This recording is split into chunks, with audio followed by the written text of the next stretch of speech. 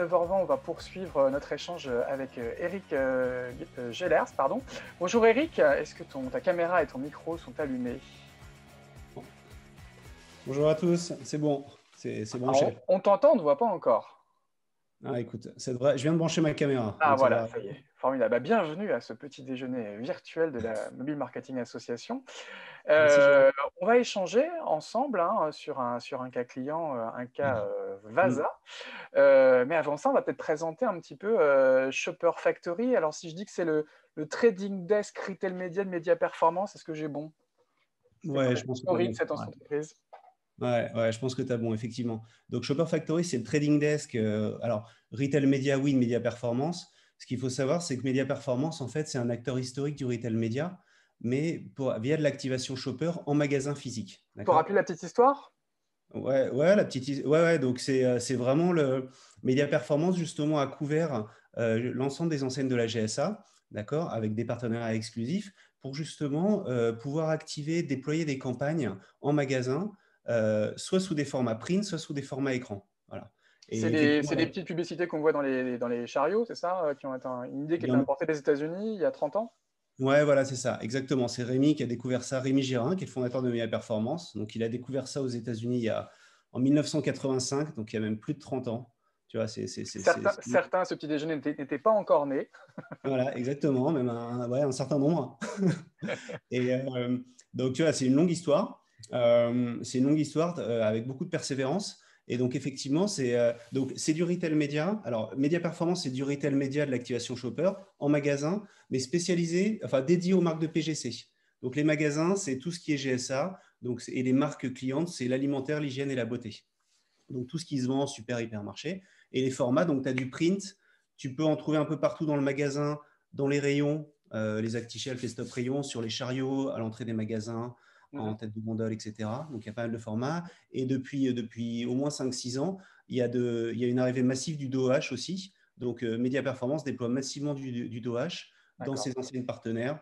Et Donc, chez Carrefour, il y a beaucoup, voilà, il y a un il y a plein de choses. Alors, Shopper Factory, c'est un peu le Média Performance 2.0. Hein. Vous adressez quel type de clients, quel type de campagne vous opérez? Alors nous, l'idée, c'était de dire, voilà, donc Média Performance, justement, propose aux marques de PGC vraiment de couvrir, d'activer le shopper en magasin de manière très efficace et exhaustive. Voilà. Et l'idée, c'était de rajouter justement cette brique d'activation digitale, d'accord, sur les devices digitaux des shoppers, donc le mobile, l'ordinateur et de plus en plus la télé. Donc la télé connectée, demain la télé segmentée. Donc Ah, voilà. c'est déjà Et aujourd'hui. Hein. c'est aujourd'hui, ouais, ça démarre quoi. Il y a 200-300 jeux en télé segmentaire. Mais voilà, et donc l'idée, c'est de se dire, bah voilà, on sort du magasin, on permet aux marques de mieux couvrir la journée du shopper, parce que notamment quand il est chez lui ou ailleurs, pour justement pouvoir leur apporter de la cohérence, leur permettre d'avoir de la cohérence dans leur message et un message omnicanal justement qui couvre bien la journée du shopper. Et par contre, l'enjeu qu'on avait, Shopper Factory a été créé il y a 3 ans, et l'enjeu qu'il y avait, en fait, c'était pour le coup en digital, il fallait qu'on propose la même qualité de ciblage qu'en magasin. Voilà. En magasin, tu es en rayon, tu es au niveau du segment du produit, des fraises Tagada par exemple. Bon, bah voilà, le ciblage, il est parfait, quoi. Tous les gens qui s'arrêtent devant ce segment de produit, qui passent du temps, sont des gens qui consomment le produit. Donc en digital, il fallait qu'on propose la même chose. Donc c'est pour ça qu'on fait partie du panorama e-retail de la MMA, parce qu'on a accès justement aux données transactionnelles de certaines enseignes, donc notamment Auchan et Carrefour, pour justement pouvoir cibler les acheteurs encartés de ces enseignes, Auchan et Carrefour, en extension d'audience. Donc, pour le coup, nous, ce qu'on active, c'est en dehors des sites des enseignes. D'accord? C'est pendant le surf des encartés des enseignes avec qui on a des partenariats. On peut leur diffuser des publicités en cohérence avec ce qui se passe en magasin. D'accord. Alors, donc une société relativement jeune, mais qui a été choisie par la marque Vasa, qui appartient, je crois, au Ouais. groupe Barilla, hein, ça pour redonner une nouvelle dynamique hein, à cette marque que les plus de 30 ans connaissent bien. Voilà, exactement. Je ne sais pas comment Voilà. dire. Oui, parce qu'on en parlait beaucoup dans les années 90, hein, il y avait beaucoup de campagnes télé, il y en a un petit peu moins depuis quelques années. Ceux qui avaient une dizaine d'années à la création de Média Performance connaissent bien Vasa. Non, et c'est vrai que il y a Vas-y, une Vasa. couverture, ouais, il y a une couverture télé dans les années 80 et 90 qui était très très forte, avec des spots très courts, bon, très un peu répétitifs, mais très voilà, très Impactant, hein, c'était efficace. impactants. On se Ouais. rappelle encore du slogan 25 ans plus tard. Voilà, exactement. Et donc, l'idée, il y avait un double enjeu dans cette campagne parce qu'effectivement, Vasa ne communiquait plus depuis quelques années. Ouais, on a eu la chance de gagner un prix à la Nuit des Rois en 2020 avec cette campagne dans la catégorie Drive et commerce connecté. Et donc, en fait, Vasa ne communiquait plus depuis quelques années. Donc, l'idée, ils connaissaient bien leur cible, mais cette cible, de l'eau avait coulé sur les ponts. Et donc, ils avaient besoin de comprendre qui était la cible des acheteurs et justement, et la cible des intentionnistes, entre guillemets, Vasa. D'accord. Ils avaient aussi besoin de savoir, est-ce que des leviers comme le retail média, donc pour le coup en extension d'audience, donc justement activer sa cible le long de leur parcours, le long de leur surf, est-ce que ça pouvait justement générer des ventes et de la performance en magasin, que ce soit en magasin physique et en drive. Voilà. Parce qu'il y a un véritable enjeu, c'est vrai que c'est beaucoup moins, c'est moins le cas sur la GSS, mais en GSA, il faut avoir en tête que 90% des ventes sont encore générées en magasin. Le drive représente 10%. Donc, le drive a fortement cru depuis un an. C'est sûr que le drive a explosé parce qu'il était plutôt à 7. Donc, il a gagné un certain nombre de points de part de marché. Mais 90% des ventes restent en magasin. Donc, nous, ce qu'on propose justement, c'est de couvrir les encartés, d'activer les encartés d'une enseigne et de mesurer les ventes, que ce soit aussi bien en drive et en magasin. Alors Et donc, concrètement, voilà. ouais, comment vous avez fait pour aller cibler et recibler ces audiences? Alors, concrètement, la manière dont on fonctionne, donc ça s'est passé avec l'enseigne Auchan. Et la manière dont on fonctionne, c'est qu'en fait, avec Vasa, on a défini un certain nombre de segments d'acheteurs. Il y en avait 22 précisément. Donc, c'est une grosse campagne pour justement qui étaient soit dans le cœur de cible de Vasa, donc des acheteurs de produits concurrents, des Crisprol, des biscottes, des pains santé, etc., soit des acheteurs de produits affinitaires et complémentaires. Jérôme, on a parlé ensemble de la charcuterie quand on a préparé On parlait de le repas. l'apéro hier soir pour la Et voilà, préparation et Eric me voilà, suggérait d'utiliser du vasa en complément de la charcuterie et du fromage pour me donner bonne conscience, c'est ça, voilà, tout ça. Eric? Psychologiquement, c'est très bon. Voilà. Donc, il voulait aussi aller chercher des cibles sur des produits affinitaires avec lesquels Vasa pouvait se marier. Donc, il y a toute la partie charcuterie, tartinable, une partie sportive aussi. Avec Vasa, il est vraiment très axé santé. Ça peut aussi intéresser les sportifs. Donc, on avait 22 segments. Ces 22 segments, justement, on les a. La manière dont on travaille, c'est qu'en fait, on les intègre. Ces 22 segments viennent de la base CRM de l'enseigne. On va les intégrer dans LiveRamp et on va les digitaliser. Parce que ce sont vraiment des segments CRM. Donc, c'est nom, prénom, adresse postale, adresse email, etc. Et donc, dans LiveRamp vous permet de les anonymiser. Enfin, LiveRamp fait le rôle de tiers de confiance. On n'a jamais accès à la donnée de l'enseigne. LiveRamp les digitalise. Et donc, après, on se retrouve justement avec les mêmes segments, donc les 22 segments, et avec un certain nombre de cookies et d'IDFA. Donc, des IDFA sont des identifiants de téléphone mobile Oui, pour le cookie des apps. voilà, le cookie des apps et des AID pour Android. Donc, on se retrouve avec des cookies des IDFA, des AID, pardon, tout ça anonymisé pour les 22 segments. Il faut savoir qu'avec LiveRamp, quand vous digitalisez comme ça des bases de données CRM, ça digitalise aux alentours de 40%. D'accord. Donc, on ne digitalise pas tout le monde. Mais voilà, si vous avez des segments de 500 000 ou d'1 million de shoppers, voilà, vous avez suffisamment pour faire une campagne. Donc, ces 22 segments sont digitalisés. Après, on pousse ça dans nos DSP. Cette campagne, on l'a fait sous DV360. Et donc, justement, le cookie pool se crée. Et donc, petit à petit, on commence à cibler, justement, segment par segment, les shoppers encartés au champ qui font partie de la cible que Vasa veut activer. Voilà. Et donc, c'est tout au long de leur surf, au bon moment. Donc, ça, c'est de l'achat programmatique. Hein. Bon, je pense que l'achat programmatique, c'est quand même démocratisé. Donc, c'est de l'achat aux enchères. On voit un shopper qui fait partie du segment pas santé arriver sur le site du Monde. Bon, voilà, on reçoit une opportunité d'enchère, on bide, on la gagne et on peut diffuser la publicité Vasa. Il faut savoir aussi qu'il y avait 8 jeux de créa pour cette campagne. Donc ça, on peut passer sur la slide d'après, s'il vous plaît. Et il y avait 8 jeux de créa. Donc c'était soit des créas produits comme celle du milieu qui était très simple, d'accord, avec donc 2 produits mis en avant et un thème petit déjeuner. Soit c'était des créas limite sans le produit avec le thème justement apéritif, hein, charcuterie, tartinable, etc., qui était poussé. Soit c'était des thèmes plus santé, il y avait des créas RSE aussi, c'est quelque chose qui tient à Vasa, etc. Et donc il y avait 8 jeux de créas qui étaient diffusés aléatoirement sur les 22 segments et avec le but justement dans ce cas-là, le DSP va pousser les créas qui performent le plus Et en justement, fonction Eric, des cibles, etc. quels ont Et été les segments les plus oui. réactifs, les créas les plus performantes? Alors, les créas les plus performantes, on a eu des créas autour de l'apéritif, on a eu des créas autour du sport et les créas produits ont aussi assez bien marché. D'accord. C'était Bon, une j'en ai emmené surprise sur l'apéritif. C'était une surprise pour la marque de se rendre compte qu'elle pouvait correspondre à cette population, peut-être qu'on imagine un peu plus masculine et sensible à l'argument. Ouais, c'était quand même une surprise parce que eux, ils avaient en tête quand même leur cible, justement leur cible historique, qui était plus justement une femme CSP+, urbaine, et de plus de 45-50 ans. Alors après, l'âge, c'est compliqué, hein. Et Mais voilà. attentive à sa nutrition, à son alimentation, à sa santé. Voilà, qui fait de l'aérobic. Et donc, voilà, quoi.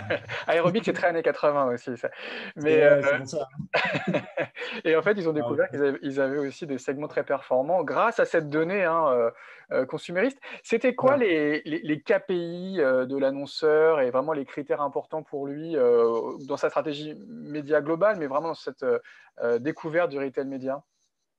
Oui, alors, donc les KPI importants, donc déjà, on avait, bon, bah, alors on partait bien sûr, sur les KPI digitaux, il y avait tout ce qui était taux de clic, et aussi, après, arriver sur le site, temps passé sur le site, qui permettait un peu de comprendre l'engagement, hein, concrètement, justement.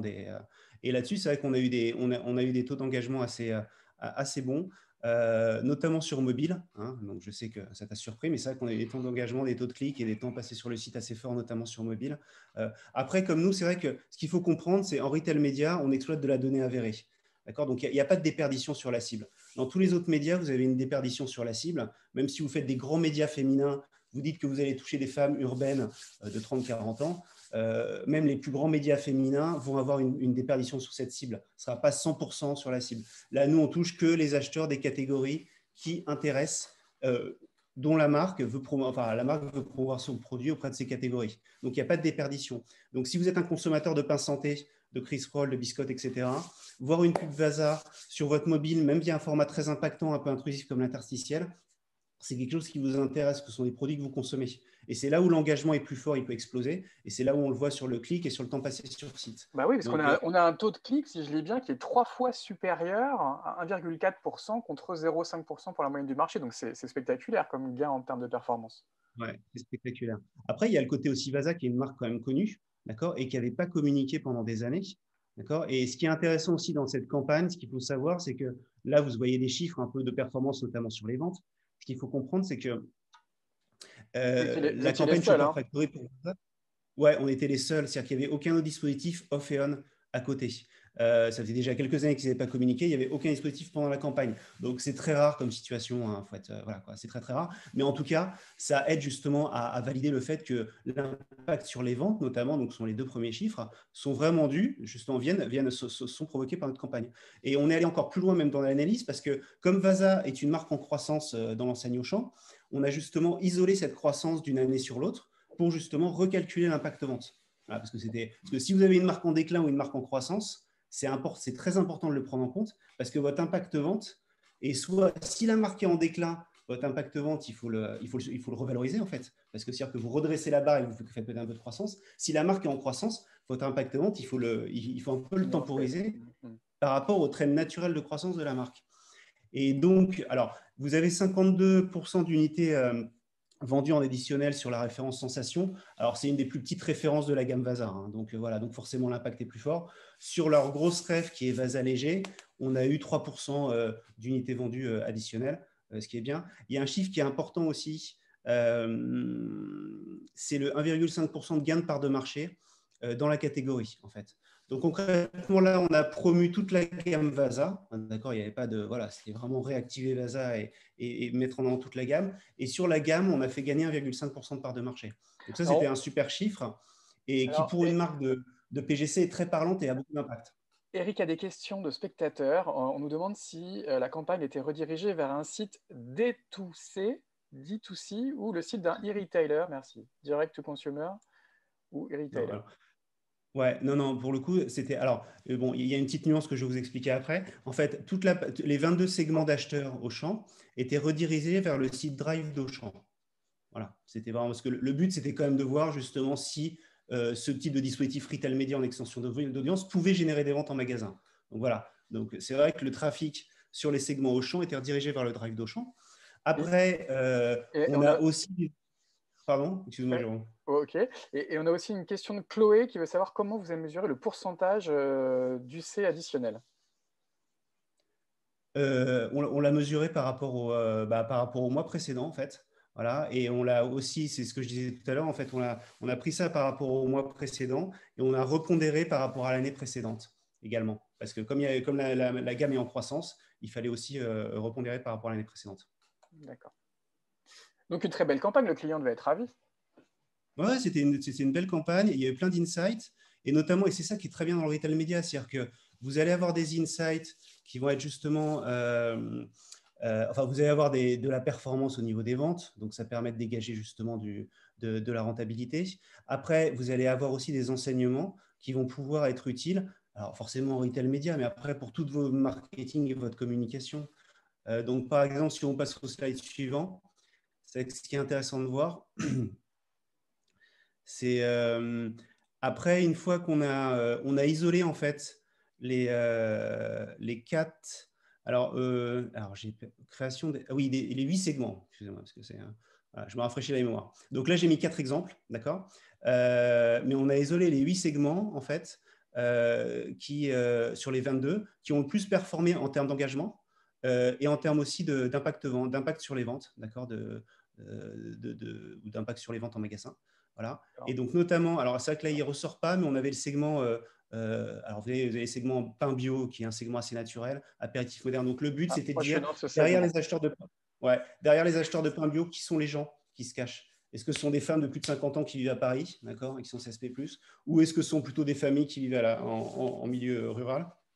Et en fait, on avait tous les types de profils, en gros. Donc, ça permettait aussi d'ouvrir les chakras de Vasa en disant que c'était voilà, Oui, c'était parce un que peu. j'allais dire, là, on parle de pub, on parle de vente, mais c'est un formidable outil de connaissance client qui va irriguer tout le département marketing de la marque et du groupe derrière. Ouais, exactement. Et donc là, c'est dommage c'est vrai que l'exemple apparaît pas, mais les acheteurs de charcuterie ont aussi très bien performé, que ce soit en engagement et en vente. Et donc, effectivement, ça irrigue vraiment. Voilà.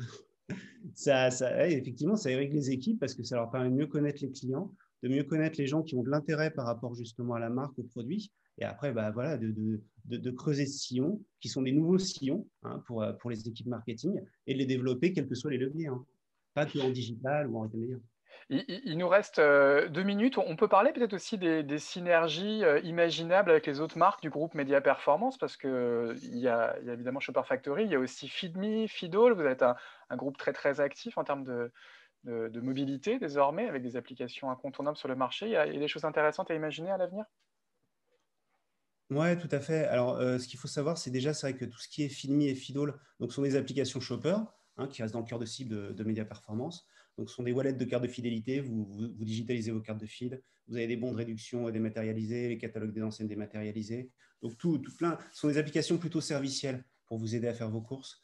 Il y a aussi des scanners de code barre pour avoir les Nutri-Score des produits, savoir où ils sont disponibles, etc. Et donc, toutes ces applications génèrent aussi de la data avérée. D'accord. Donc, c'est de la data qui résulte de l'action réelle de l'utilisateur, d'accord, sur des choses très concrètes, assez simples, hein, mais quand même mais très concrètes. Et donc, c'est justement ces données, on les onboard aussi dans LiveRamp pour pouvoir derrière les activer en programmatique et venir compléter justement ce qu'on fait avec nos enseignes de GSA partenaires. Voilà. Le trade marketing de demain, le retail média de demain, ils vont converger dans cette application qu'on aura justement en magasin? Bah, potentiellement, oui, ces applications, elles ont vocation à grandir. C'est vrai que maintenant, elles sont encore assez spécialisées. Donc, il y a Feedme, qui est un wallet, Feedme, Feedall, qui sont des wallets de carte de feed. Vous avez des flashcodes Spoonymix, qui sont des flasheurs de code barre pour justement avoir les Nutri-Score, etc. Je ne sais pas si tout ça fusionnera un jour ou pas, ou si ce sera des applications séparées. Mais en tout cas, oui, oui, c'est vraiment c'est un vrai support pour faire ses courses. C'est pas uniquement orienté que promotion, parce qu'il y a des applications shopper qui sont très orientées chasse de bons plans. C'est scanner du code barre pour voir s'il y a des réductions ou pas. Nous, on apporte plutôt un service global à l'utilisateur. Donc, dans ce service, il y a aussi des bons de réduction, mais il y a plein de services pour vous faciliter justement, faciliter aux shoppers les courses du quotidien. Très bien. On va mettre votre dernier slide peut-être avec votre adresse de signature. Eric, on voit que vous ne travaillez pas uniquement avec Vasa, hein. Non, non, non, non, non, on a bien progressé. On fait beaucoup d'alimentaire, d'accord, mais et aussi de plus en plus des marques d'hygiène, voilà, et de beauté. L'alimentaire reste le socle, et c'est vrai qu'on a tout type de campagnes. On a beaucoup de campagnes en bundle, donc avec couplé magasin et digital. On a des campagnes en standalone digital aussi, hein, quand même. Voilà. Et donc, oui, on se développe bien. On a eu la chance en 2020 de faire une belle année Voilà, malgré le contexte, etc. Une année très bizarre parce qu'elle a démarré très tard, hein, forcément après le premier confinement. Donc, c'était super strange. Mais en tout cas, on a eu la chance, l'air de rien, en 7 mois, de faire une belle année. Donc, on était contents. Et c'est vrai que là, ça démarre bien aussi. Donc, on est. Et on espère que vous signerez bientôt avec des marques de charcuterie pour faire des bundles spéciaux apéro. Merci en tout cas, Eric, pour ce témoignage de shopperfactory.fr. Merci, Et Jérôme.